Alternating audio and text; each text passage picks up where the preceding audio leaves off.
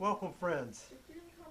Today is January 4th, which marks the Theosophical New Year. Which is the topic of today's talk, and we'll learn more about the Theosophical New Year when the talk begins in a few minutes. This group of the United Lodge of Theosophists meets here every Sunday at 11 a.m. and also at 12:30 p.m. every first and third Sunday of each month. We read and discuss selected theosophical writings, such as this afternoon's topic from the Living the Life series. Being sustained by ULT students to the degree they commit to themselves only in terms of contributing resources and efforts, there are no admission charges. The only tie that binds us is similarity of aim, purpose, and teaching. The ULT continues to be guided by its declaration, which is printed on the back of our program, and also which you can find on the website. You can also find our program there. Which look at the back of it, you see the declaration, which focuses on the message of the science of the soul and nature's unerring laws, such as its overarching law of universal brotherhood and supporting laws of karma and reincarnation. Such truths were commonly known in ancient times, and our aim is to keep this message pure, the message of Theosophy, and become the path shown by that message and make that message available to those who want it. Today's reading is from the Bhagavad Gita, and we look here on page 55, and it says, four classes of men who work righteous, I'll start over again. Four classes of men who work righteousness worship me, O Arjuna. Those who are afflicted, the searchers for truth, those who desire possessions, and the wise. O son of Brita, of these, the best and the one is the one possessed of spiritual knowledge, who is always devoted to me. I am extremely dear to the wise man, and he is dear unto me. Excellent indeed are all those, but the spiritually wise is verily myself. Because with heart at peace, he is upon the road that headeth to the highest path, which is even myself.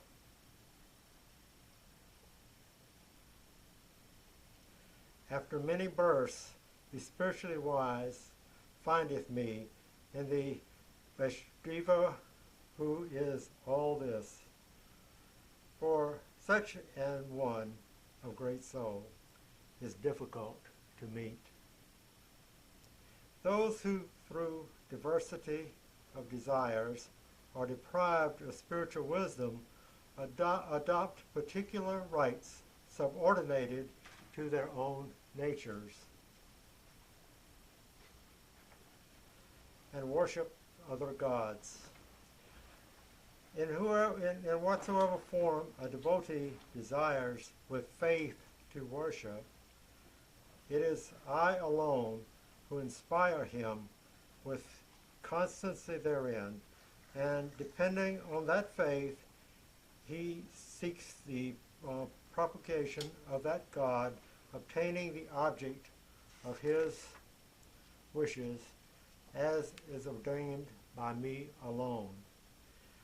But the reward of such short-sighted men is temporary. Those who worship the gods go to the gods, and those who worship me come unto me. And now for today's talk, the Theosophical New Year.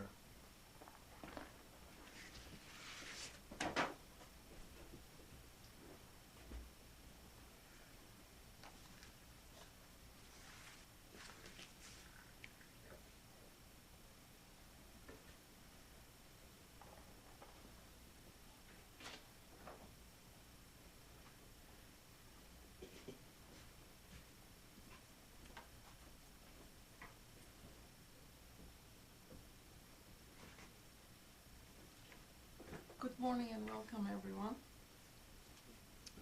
As we just heard Krishna telling us, those who bow to the gods go to the gods, or who propitiate them go to the gods, and those who are devoted to me come unto me. That has tremendous significance for this age, Kali Yuga. As you all know, we're in Kali Yuga.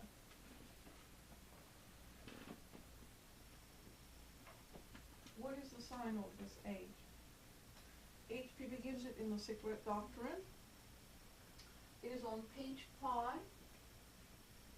and it is, I can't do it very well, I'm sorry. It is the horns up are up. Is it like that? It's not very good. That is the glyph for this age.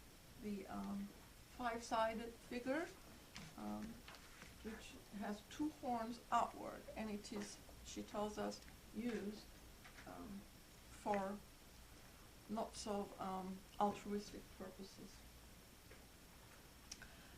Why should we celebrate the New Year? What is its significance? We are, in many customs and religions, we are told that the New Year was celebrated for thousands of years. It is not just a Christian notion, and to this day, all over the world, every people have some meaning that they attach to the New Year. Whether the division is based on the solar or the lunar months, various peoples all over the world understood that this season signified return of the sun from its farthermost course, a return which brings with it revivifying influences to all kingdoms of nature, so that these influences touch the inner life of all forms and give a renewed impetus to expansion and growth. To mankind, it is stated, there comes a new and fresh vigor to all his channels of life from within outwards, gradually strengthening as the sun moves nearer. The ancients, being aware of this fact and realizing that the life is one through all its manifestations, took advantage of the birth of the year to reaffirm their highest aspirations, thus consciously seizing the opportune time. HPB wrote, quote, "Let no man imagine that it is a mere fancy, the attaching of importance to the birth of the year. The earth passes through its phases, and men with it, and as a day can be colored, so can a year. The astral life of the earth is young and strong between Christmas and Easter. Those who form their wishes now will have added strength to fulfill them consistently." So what's the implication of this statement? What exactly does it imply to us? Let us make it interactive today. I want some interaction. What's the implication? What is it that she's expressing here? We have lived a whole year, and we have had events in the year. Successes and failures were in there as well, weren't there?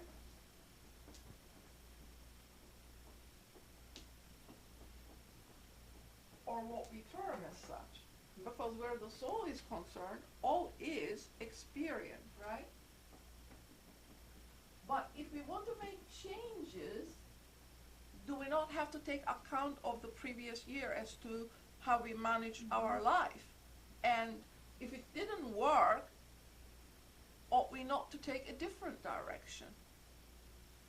Drop certain ideas and have influence with new ideology. This is based on unity. Our successes and failures are based on unity and brotherhood. Because this is the law of nature. We just heard that nature moves along and men with it. So if our ideas as to what we are going to do this year is augmenting what nature is doing, then we're going to put ourselves in that current. Because the astral light is a current, is it not? It's electrical. So, when we do meditation, what exactly are we trying to achieve? We're trying to achieve the inner quietude, and that is also a current. It's a vibratory rate. And we are told that this Kali Yuga has a vibratory rate. But within it, minor cycles come and go. And if we attune ourselves to the dicta of nature and move within that current, then everything we do gets added the strength from it.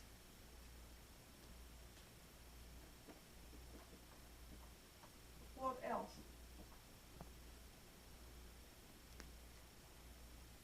What else?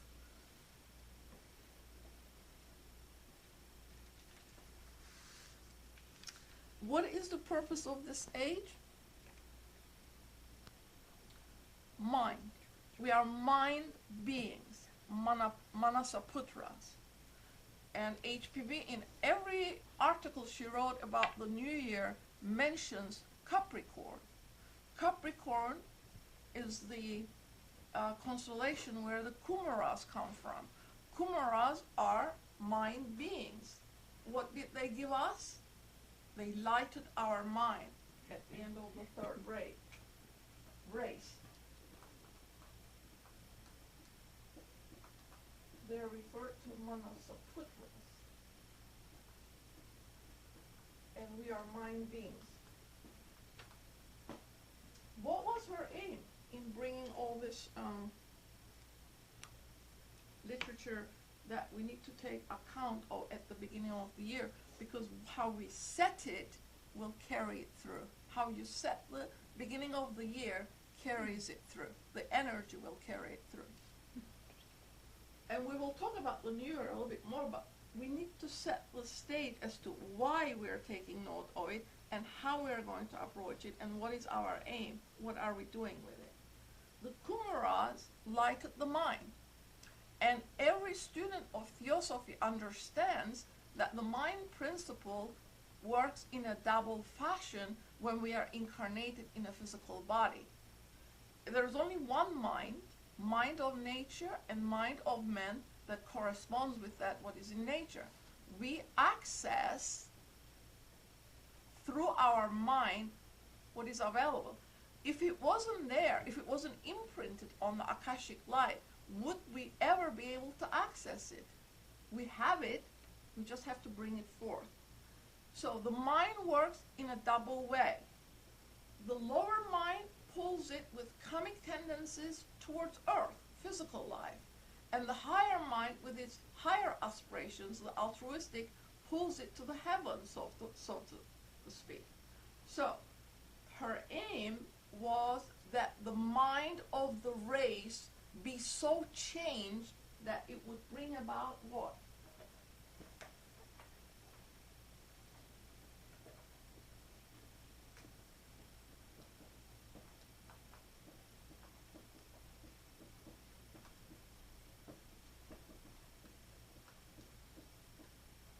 What else?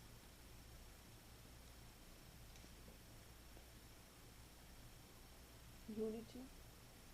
unity is up here, and brotherhood. Harmony, love, kindness. What is it that we're doing to each other? We cannot say we are united and not act as if we are separate. If we are truly united and we understand that even intellectually, that our actions and our speech has to show that we do. We cannot condemn the personality of the other person by saying things about the personality. The human being is not the personality. It is the individuality. It is the higher aspects that does not show because it is hidden on the inside of this temple that we have.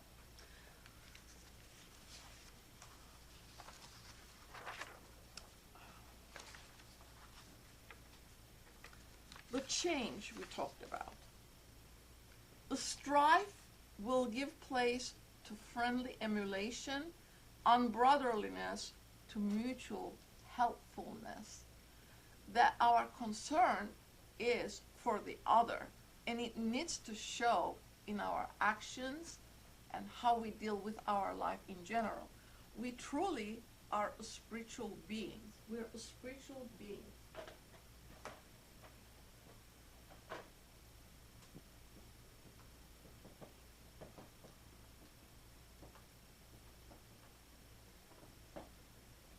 Where the spiritual being is concerned, this moment is the effect flowing from the past. But the future is also here, because what I do with this moment will bring its effect in the next 2 minutes, 2 hours, or the whole year. So where the spiritual being is concerned, there's only eternal now. So what I do at the beginning of January will carry through the whole year. And within the Christmas and about 6 months therefrom, that astral light is really vibrant. It really adds tremendous impetus to whatever it is that we have undertaken, especially if it is not personal. This eternal now demands what from us? That we become universal, because we are universal. What else? Selfless. What else? Charitable, patient, Yeah. all All the of virtues. these, what are they called? Parami- The paramitas. Yeah, paramitas. All of the paramitas are here. We cannot develop one and not the other. We have to walk all through them at the same time to the best of our ability. I cannot love and be charitable and not be harmonious. It just cannot work that way. The inner harmony I feel, I express it towards the outer world. If I don't feel it, can I express it? If I don't have love in my heart, can I express it towards another human being? No. It starts here and then it expands outward. The thing to remember is all these are at the core of our universe as well as in each heart. And it is what? Endless. You can love anyone, anywhere. You can love all of humanity. Does it decrease in its ability? No, it's in the essence of who I am and who you are and you, all of us. It's in the essence. The essence has all of that in it. Kamadeva is the love of God, and that love is expressed in the core of that entity that we are. Kamadeva is love, universal love. It's not personal, it's universal. It expresses itself in all directions. What is the purpose of Theosophy? Why have we gathered here today? The main purpose is that we express this love amongst this unity here, that friction not be part of it. We are all personalities. We all have differences. It is agreed that we have differences. Otherwise, we will be a copy of each other, and we are not. We don't live the same lives. Our karma is different, but at the same time, it is collective. We cannot live and not affect all the others. That is just a given. And that universal attitude of the mind must be accepted and made a part of us. It's very important to do so, because then that separateness eventually drops off. The lower mind can no longer have a sway, and it drops off, and then you live behind that external reality that is no longer your reality, because you have moved inward to the inner reality. What's that inner reality? Eventually, meditation will take you to homogeneity. That's the goal. Homogeneous.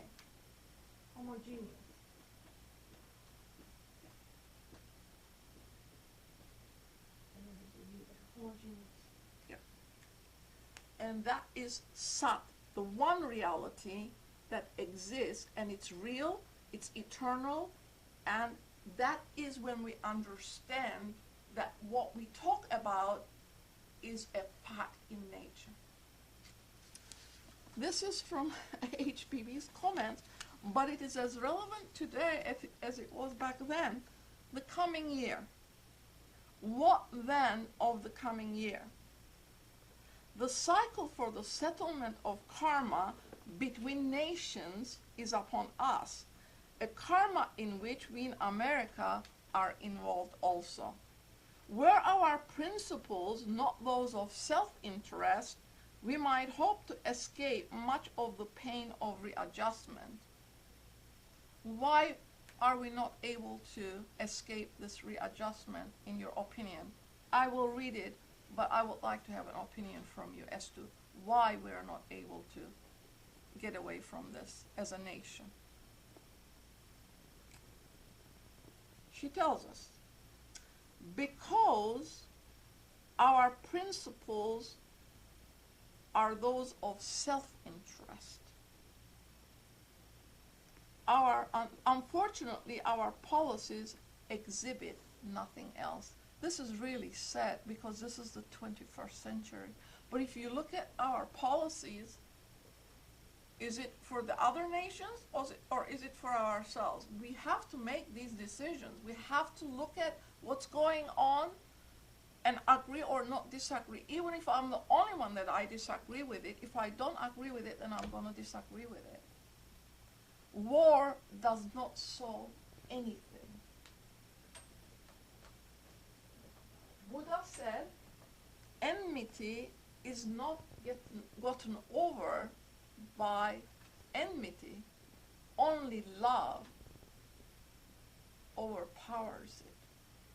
So love is what we need to extend to other nations, not war. It doesn't solve anything. Love. And there is this little note here. It says, much might have been mitigated had Theosophists in Europe and America taken Theosophy as the message of masters and given it all consideration that such acceptance demanded. For the object of Theosophy is to so change the mind of the nation that all those things we listed would come as a natural end result of it. She came to change the mind of the universe and humanity in it. And she went to different locations all over the world and crushed it. She crushed it. She's criticized for everything she has done, but she definitely crushed the Victorian thinking mind and initiated a new reform in it.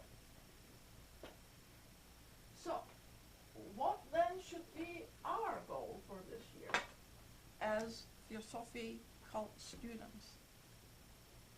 Ideas? Don't be shy. Come on, everyone. service.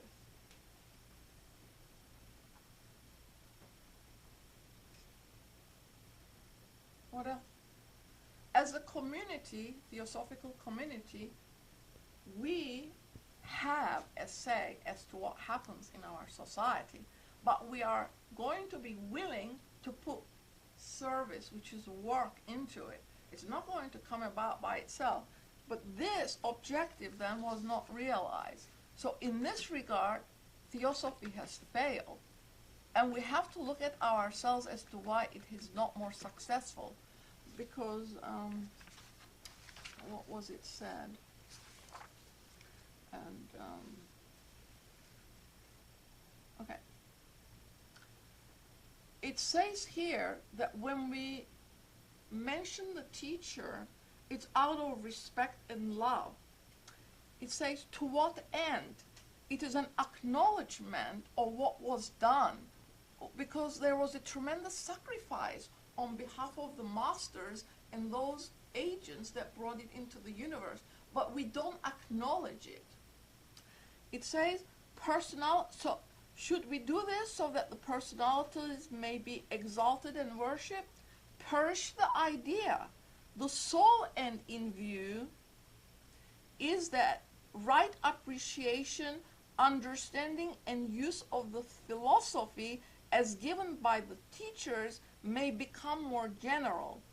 There is sore need of this, that we as students have not been able to generalize it expansively in our communities. We as students, it says, fail because we do not apply law of karma in its universal application. It applies to all beings, all circumstances, all conditions. If we say we are united, what we do not only affects us, but also affects our community. We have to have the right mindedness, right philosophy, followed by right action in order to put it into effect. And if we don't do it, we cannot look anywhere else. And I don't want to come across as preachy, because that's not the intention. But this is very important, because it has failed every 100 years. It had partial success, but it needs to have full success. And the full success comes if we are willing to work for it as a unit, as a corroborative unit. And I'm going to put this out, and you can all think about it. There is tremendous controversy going on about Theosophy in the universe, as you're aware of it, because there is a fracturing going on continuously. People don't agree with one another. Okay, I'm going over there. This group over here. Everybody is mutilating the teachings, and they're putting their own ideals forth. This is not what is intended by Theosophy. HPB wrote at the end of volume 2, I verbatim quote, "These 2 volumes," meaning the secret doctrine, "should form for the student a fitting prelude to volumes 3 and 4. It entirely depends upon the reception with which volumes 1 and 2 will meet at the hands of Theosophists and mystics, whether these last 2 volumes will ever be published. Though they are almost completed." Did she publish them? No, she didn't give it. HPB did not publish them, and strange to relate, later editions published in London show the above original statement so changed as to entirely obscure the author's meaning. The students who are entitled to the unmutilated text may well ask why this fact was concealed.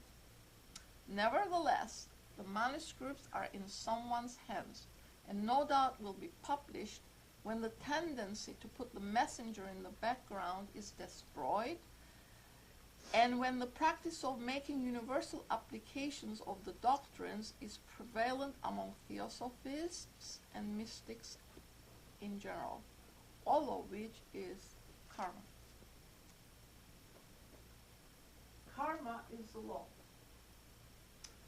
At the end of the 19th century, karma brought Master's philosophy into the universe. Their chosen agent was HPV. She accepted that responsibility and sacrifice, brought it into the universe.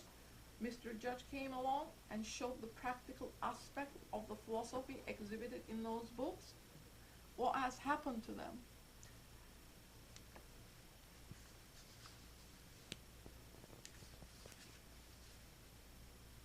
Everything comes under karma.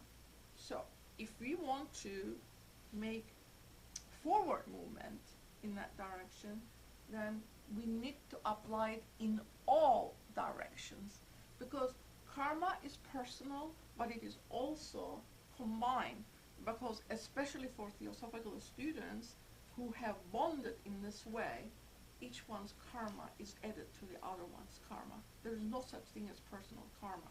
Either we all move forward together or we're not going anywhere. It's just a fact. Now, she tells us that New Year has tremendous significance, and numbers play a significance in it too. So where are we? 2015. What is 2? Duality. What's 20? 2 times 10. What is 10? The perfect number. 0 is what? Sifr. It has everything in it because it's Brahma's egg. What is 1? Unity, the 1. What is 5? The pentagon, men. How do I look? Head, 2 arms, 2 feet, 5. Right? So it's this sign here, but the horns in this one is outward because it's a sign for Kali Yuga. How do I look? Do I look like that? No, I have one pointed. I'm a one-pointed star, correct? I look this way. Yeah. Look at the sign over there. It has 2 points in it. So, what is our responsibility?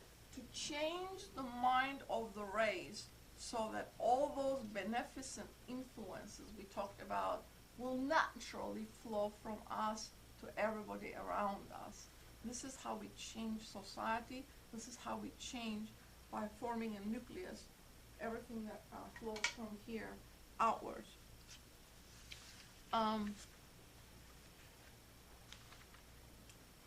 And she reminds us that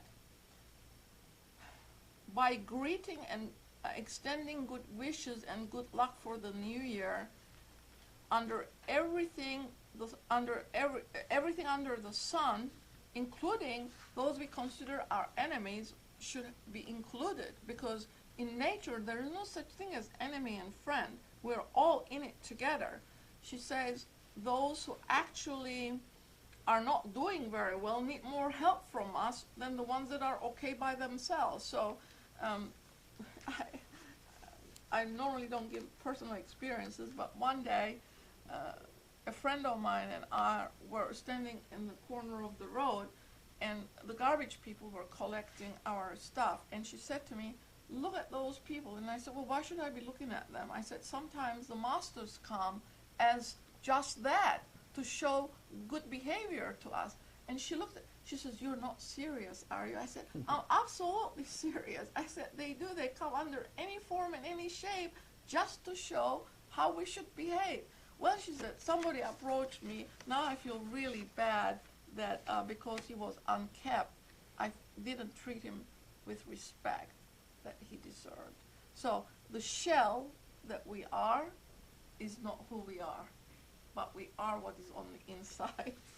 So she says not to give an evil eye greeting to anybody by unintentionally putting negative thoughts forward, because I think it is important to check ourselves in that department. And let me see what else. Okay. Here, we will do this again. This has been said before. The 1st of January was ever more sacred to Janus than Juno, and January, meaning the gate that openeth the year, holds as good for any day in January. January 3 was consecrated to Minerva Athene, the goddess of wisdom, and to Isis, she who generates life, the ancient lady patroness of the good city of Lutetia. Since then, Mother Isis has fallen a victim to the faith of Rome and civilization. What is she indicating here? Catholicism. And Lutetia, along with her, both were converted in the Julian calendar by the pagan Julius Caesar. Isis was baptized Genevieve, became a beatified saint and martyr, and Lutetia was called Paris for a change, preserving the same old patroness, but with the addition of a false nose. To be brief, January 4th ought to be selected by Theosophists, the esotericists especially, as their new year. January is under the sign of Capricornous, the mysterious Makara, the Kumaras, it being stated having incarnated in mankind under the 10th sign of the zodiac. For ages, the 4th of January has been sacred to Mercury Buddha, or Thoth Hermes. Thus everything combines to make of it a festival to be held by those who study ancient wisdom. Whether called Bud or Buddhi by its Aryan name, Mercurius, the son of Colis and Hecate truly, or of the divine white and infernal black magic by its Hellenic, or again Hermes or Thoth, Greco-Egyptian name, the day seems in every way more appropriate for us than January the 1st. Why is that? What's wrong with January the 1st? Januaris or January, in the old coins of Rome, was depicted with two faces, one facing the east this way and the other one facing the west. Why? One is looking towards the year that has just passed, and the other one is looking to the future, the one that is coming. And it is for double-facedness. In other words, what does that say? Not sincere, not sincere, not sincere.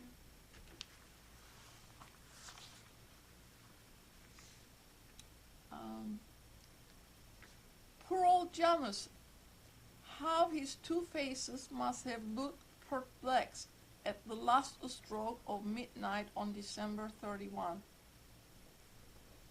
We see these ancient faces.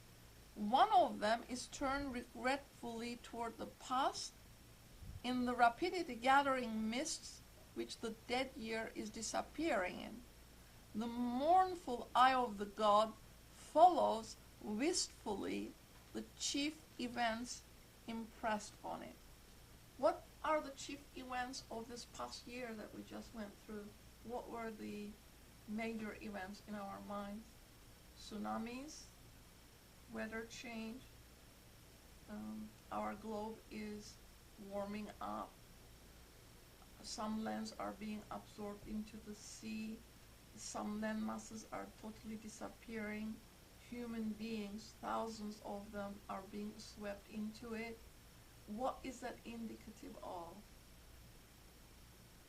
Change. And I'm going to finish it, whether it is finished or not. Change.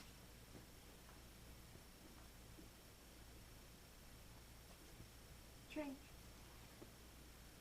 Who is bringing this change about? Do not please think that the events that occur are not connected to us.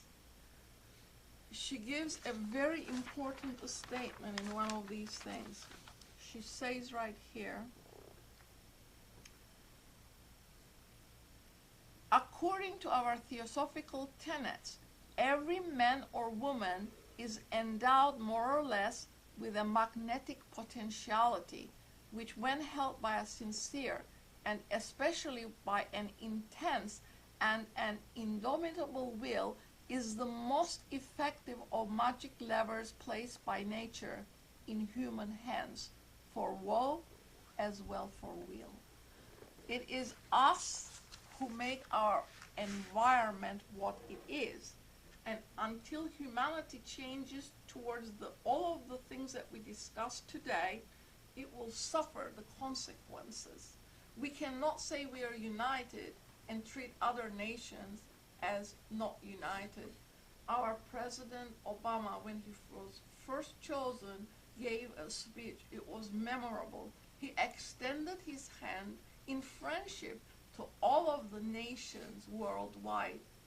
But somehow, when he got inducted into the business of the office, it did not follow through. But his policy is that of friendship. He is trying to get rid of the wars and so forth, and does not get much help, it looks like, to this student. And I'm not political. Theosophy does not get involved in politics, but we need to know what's going on around us, because the policies of our nation does affect each and every human being. Thank you, and now we will open it for questions.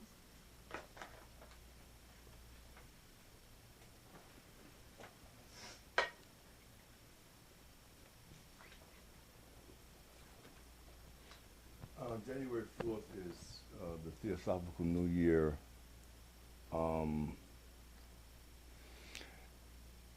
I think I understood what you meant in terms of the two faces in January 1st.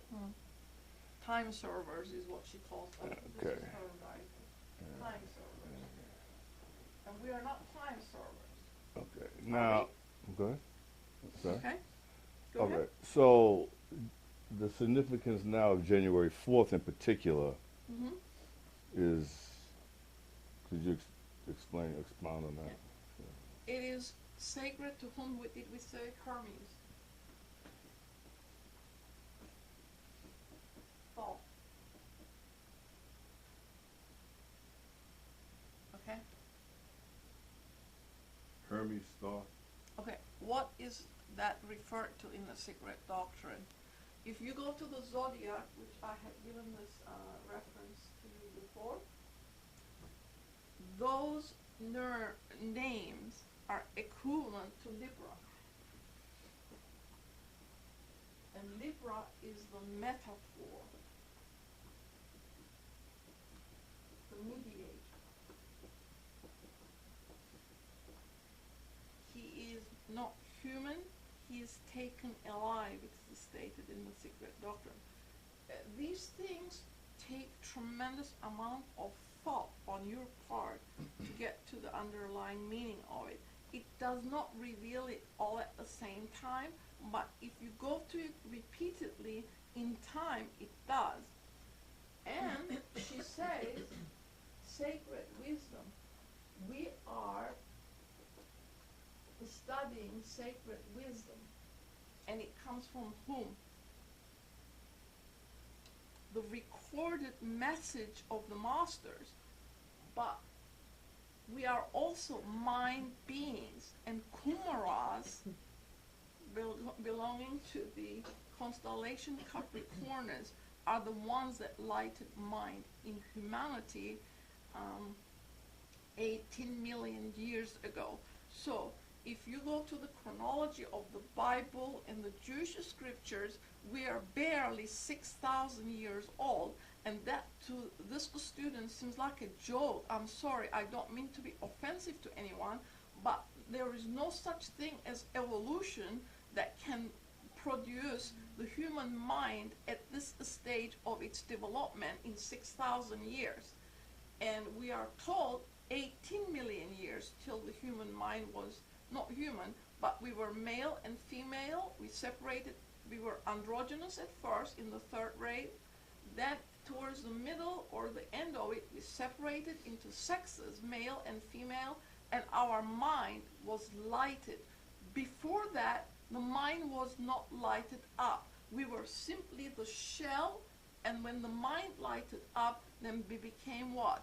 Intelligent human beings who can make choices, the right choices, in other words. We are at a developmental stage at this time that we can make choices that can influence in which direction humanity is going. The aim is that we grow out of the material that we're enmeshed in. Perfectibility can be taken in that sense also, that the material that we're encased in no longer hamper the mind's development, that it can automatically, so to speak, align itself with the higher aspirations of the soul and control what the physical aspect of life is going to be. In other words, we can have this form. We can walk the earth, but we are not of the earth. I am spiritual, I'm immortal, expressing that life through the form, and there are those around us. They don't look any different than we do, but they're spiritually active because they learn to control the lower aspect of themselves.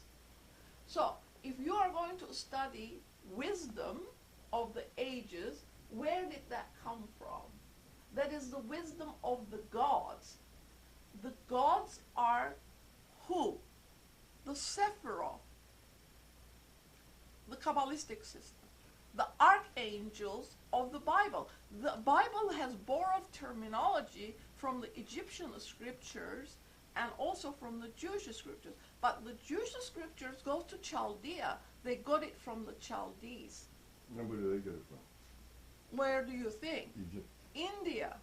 Egypt and India. Indian masters always flow from the South India towards the West, Yeah. because they educate and uplift, and that is, to this day, it is that way.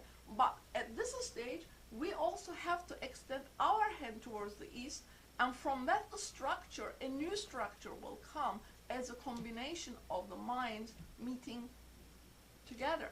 We need them as well as they need us. So, if you're going to study wisdom, which is the wisdom of the gods, what is it you're asking for? You're asking for the innate mysteries of nature.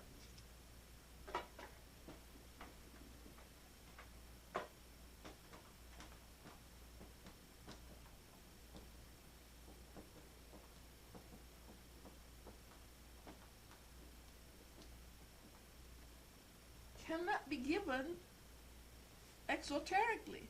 Know it, she tells us. It's too dangerous. It's like giving gunpowder. The student doesn't understand it, okay? Because innate nature, you have to first know what it is to understand what she's implying. But she cannot be implying these things if it were not true.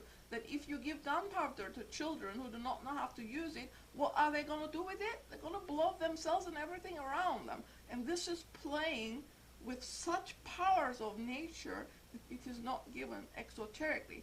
You have to fit yourself to read it, understand it, and get to the inner meaning of it.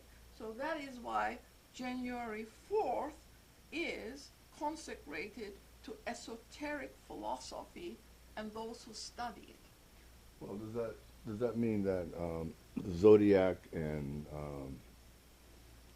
since the significance is connected to some astrological, astronomical truth, okay? Yep. Then what's the significance of that on our thinking, our minds, our abilities to do what you're saying? I mean, are we controlled in this time of, if you have on the board, Yeah. Kali Yuga, are we controlled by these Okay. cycles? We read a passage at the beginning that you did not hear, where it said that to mankind there comes a new and fresh vigor to all his channels of life from within outwards, gradually strengthening as the sun moves nearer. So, if you acknowledge the gods, where are the gods? The gods descend. December 25th is not just assigned to Jesus, because that has been anthropomorphized in beyond shape, but all of the sun gods descend during this period. And she says that there are a lot of gods, powers of nature around us that influence what you're doing during this period. So if you are in line with its innate nature, the current moves you forward. You're taking advantage of that energy. A current is what? Is electrical, right? It's vibration. It's electrical. So, this is why what you set to do and what your aim is for doing the first part is going to carry it through. The energy that you're spending setting up your goals for this coming year has significance if it is aligned with nature's aim. And nature's aim is to move humanity as a collective towards perfectibility, which is not given through the religions of the world today. It is a fact that has been forgotten or camouflaged or crusted over, however you want to put it. Maybe it's not intentional. The intentional has come about that it has been wiped from the memory of man. Karma, reincarnation, unity, these facts are true and real, but it has been wiped out of our memories through religious practice over 2,000 years. And she told us at that time in the 19th century that the remaining forms that belong to the 19th century would be amongst us for a long time to come, with all of the new stuff that was initiated during that period according to the karma of humanity. And she told us that the solutions would come, but it will come over time. It depends on Theosophical students as to how they can disseminate karma and reincarnation, unity of one life, and brotherhood as an essence in nature that is also innate in us. Could you clarify you have current, vibration, electrical energies, electrical energy, and the significance of the magnetic. It's electromagnetic. What does that mean? Electromagnetic means it has magnetism and it has electricity in it. When you look at an energy field, if you look at it, the electrical field, this is physics. When you look at an electrical field, it goes like this. But there's a field that goes like that, which is magnetism. It is always together. The electricity and magnetism are always together. There's a magnetic field where electricity travels. I didn't make it long enough, but it should be long enough. It goes that way. Okay? So, this is magnetism. This is electricity. Electricity can travel as photons. It also travels as a light. You need to read the encyclopedia. It is explained very well, truly. So, you have an electromagnetic body around you, right? The Earth has an electromagnetic energy around it, and during this period is renewed. It's vibrant. any impetus that you give to whatever it is you want to achieve, the impetus of nature is added to it, is the significance of it. Did that time period begin around December 25th? The gods descend around 25th. The energy of the earth continues to be vibrant, I believe, until mid-year. From this period to mid-year. And then it declines. Mid-year being June. But it's most vibrant now. Yes. Thank you. You talked about change. Here we're talking about this wisdom of the ages, which does not change. So the change, is the change here to teach us something? Is that why we're going through all this? To work our way back to this wisdom of the ages, or back to the future? Change is around you and within you, but what part of you is going through change is what we need to think about. There is that in you which is also changeless, the monad, which is eternal. Is eternal because it is immortal. It's immortal. She talks about a lot of stuff in here that I didn't really touch. That is another aspect of this philosophy.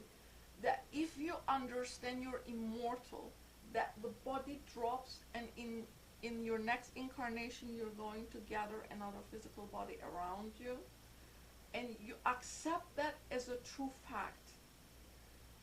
The inner life that shows you, the student doesn't know how to explain it. You have to experience it.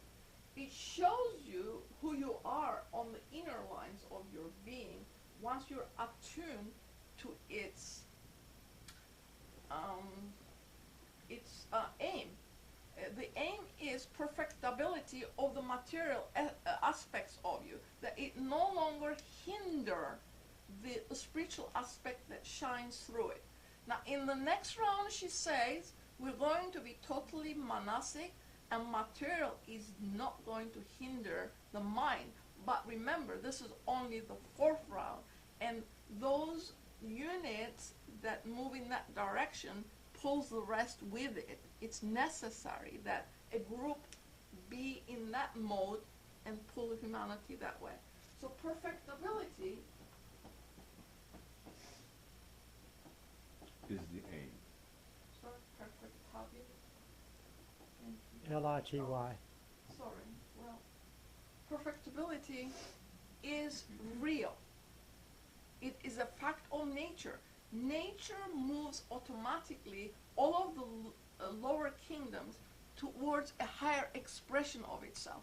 But in humanity, it only comes to the middle of the fourth round here. And we are now going upward towards spirituality.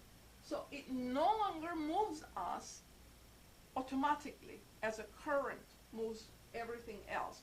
In this stage of our development, the mind principle is in the ascendancy, and it is our choice to make decisions.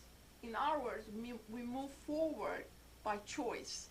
It's self-induced, self-devised effort that will move us forward. And with that choice, no one can interfere.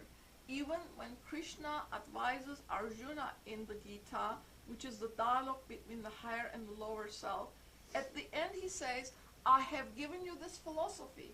It is up to you to choose. He didn't say, I want you to do it this way. He said, I have given you the philosophy, now make your choice. But another fact in that book was that he had become the friend of Arjuna, which means that that line between the lower and the higher mind was not there anymore, right? That Antaskarana bridge had been abolished because Arjuna had become Krishna. In other words, it was in attunement to the higher aspirations, and Krishna had befriended. So we want our higher self to befriend us, to become our friend and come to our aid. And that will not happen until we invite that higher self in It is not of this world. It is not physical. What is it? What essence is it? We are light energy. Believe it or not, the Dan Chohans give us of their essence. Their light energy, so are we. Yes? I have a question on perfectibility. What would be the definition of perfectibility? And when we speak of perfectibility, our masters are at that level, or they're on the continuum of perfectibility, because it can mean so many different things. Yeah. Perfectibility is on a continuum. Continuum.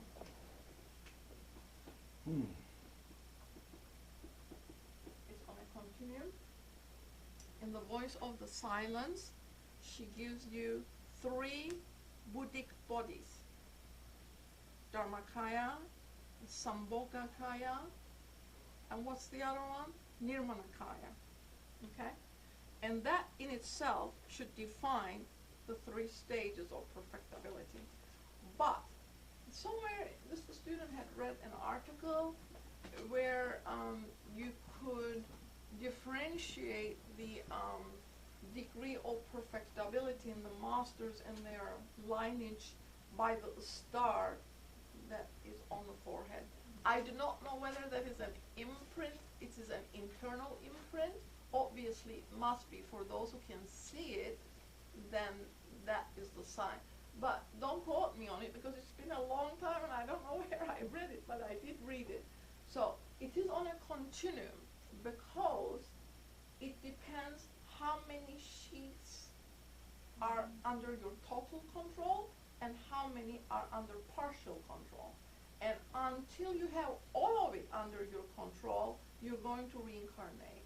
And she tells us 7, I think, somewhere, let me not repeat it just because I don't know where I read these things. So I think somewhere in the literature I read that you have, once you have started this process, everything works in 7s, so you come multiples of 7, 7, 14, 21, until you are totally in control of the lower aspects. But that also means that you are able to correspond yours to the principles in nature. So it's on a continuum. Which seems to me, which would seem to take a great deal of purification of the human being. Sheaths. The purification. Purification is going on, because once you have undertaken this commitment to yourself, because you're taking it to yourself to be a partner with nature, to move in the right direction of helping humanity achieve that goal, certain centers within you are activated automatically. We constantly talk about the pineal gland, and there are others, I'm sure. There's a tremendous passage in the Secret Doctrine about the pineal gland, and you should all please benefit by reading from it. She explains it thoroughly. And the pineal gland is the most spiritual gland in the human body, she tells us, and it's in the head, it's in the back. It's the 3rd eye that the 3rd race and the 4th race had, but because of their misuse of their spiritual, well, I say our because we were them or they are us, however you want to talk about it, because we misuse our spiritual powers knowingly. In the 3rd race, the mind was lighted, but it was a new development. Physically, we had to go through certain stages to understand what mind was and so forth. We made mistakes. Nature abolished all of our mistakes and got rid of what we had produced. But in the 4th race, in the Atlantean race, we still had a spiritual 3rd eye functioning, and we misused it. And knowingly, we misused those powers, and for that reason, our karma is the heaviest Now, for those, payment is required, so we're going to correct our mistakes that we had made during that period. Nature is not conniving, just like the God principle that we hear about, thunder and all that stuff. Nature gives us opportunity to correct our experiences that were not in the right direction. That's how we need to look at it. That it is not condemnation, it is not negative, it's a learning experience. So in order to change what is not undesirable, we're given a further opportunity, and we do it that way. Yes? And that opportunity is particularly potent this time of year. That's, I think, the underlying point there. And in practical terms, it means that we should be not just expecting some kind of passive magic that happens at this time of year, but that our actions will lead to certain events and effects that we need to be on the lookout for. We need to be looking for changes, looking for opportunities, looking for the possibilities that are in sort of are promised by the potential for this time of year. But in practical terms, we need to actually be taking action and responding to the results of those actions in a very deliberate way to move forward. Absolutely, very well said. It is said also that 2/3 of our ills would disappear if we only did what came to us, that we don't interfere with other people's stuff and not put our foot in the middle of it, but whatever comes to me, I look at it as an opportunity, as you said. Because sometimes things kind of, why on earth is this coming to me? What exactly did I do to deserve this? Is how we look at it. But if you look at it as an opportunity to do good with, then the right action happens as a result. Thank you. Okay, we're going to have a short break now. We're going to reconvene in a few minutes. I think we do chapter 11 today, the test within living the life. And then we're going to go out for our New Year's luncheon. Thank you for joining us.